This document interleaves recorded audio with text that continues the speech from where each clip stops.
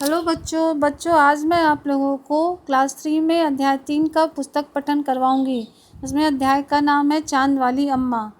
तुम शरारत तो करती ही होगी, कौन कौन सी शरारत करती हो? इन चीज़ों का इस्तेमाल तुम कोई शरारत करने के लिए कैसे करोगी?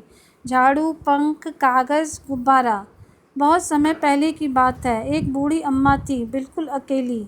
उसका अपना कोई न था। घर का कामकाज उसे खुद ही करना पड़ता। सुबह उठकर कुएं से पानी लाना, खाना बनाना आदि।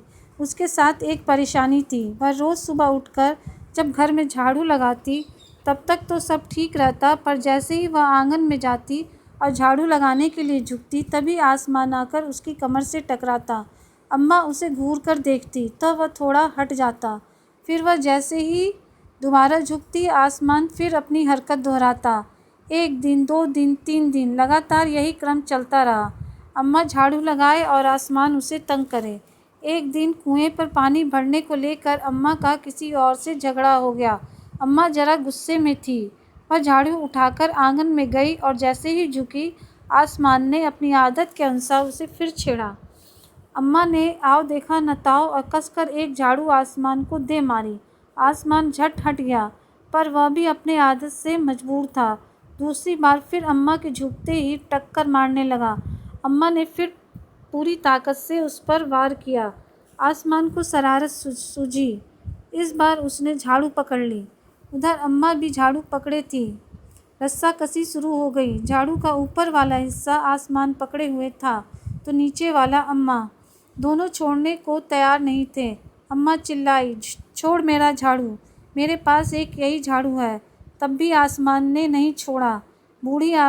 बूढ़ी अम्मा कब तक रस्साकसी करती, थक गई। आसमान ने झाड़ू खींचना नहीं छोड़ा। अब वह झाड़ू के साथ ऊपर उठने लगा। उसके साथ साथ झाड़ू पकड़े हुए अम्मा भी ऊपर जाने लगी। वह चिल्लाई, मुझे नीचे छोड़ दे। आसमान ने कहा, अम्मा अब मैं तुम्हें नहीं छोड़ूंगा, ले चलूँगा ऊपर, वहीं झाड़ू लगाना। अम्मा अब झाड़ू नहीं छोड़ सकती थी क्योंकि वह बहुत ऊपर पहुंच चुकी थी। तभी उसे वहां चांद दिख गया। झट अम्मा ने पैर बढ़ाया और चांद पर चढ़ गई, पर झाड़ू नहीं छोड़ी। आसमान को फिर शरारत सूझी। उसने सोचा, अम्मा तो चांद पर चढ़ गई है, यदि चांद उसकी मदद करेगा तो मैं हार जाऊंगा, इसे वहीं रहने दूं। ऐसा सोचकर उसने झाड़ू छोड़ दिया। अम्मा झाड़ू सहित चांद पर रह गई। वह इतनी थक गई थी कि झाड़ू पकड़े पकड़े ही चांद पर बैठ गई। आसमान फिर ऊपर चला गया। उस दिन से आज तक बूढ़ी अम्मा झाड़ू पकड़े चांद पर बैठी है।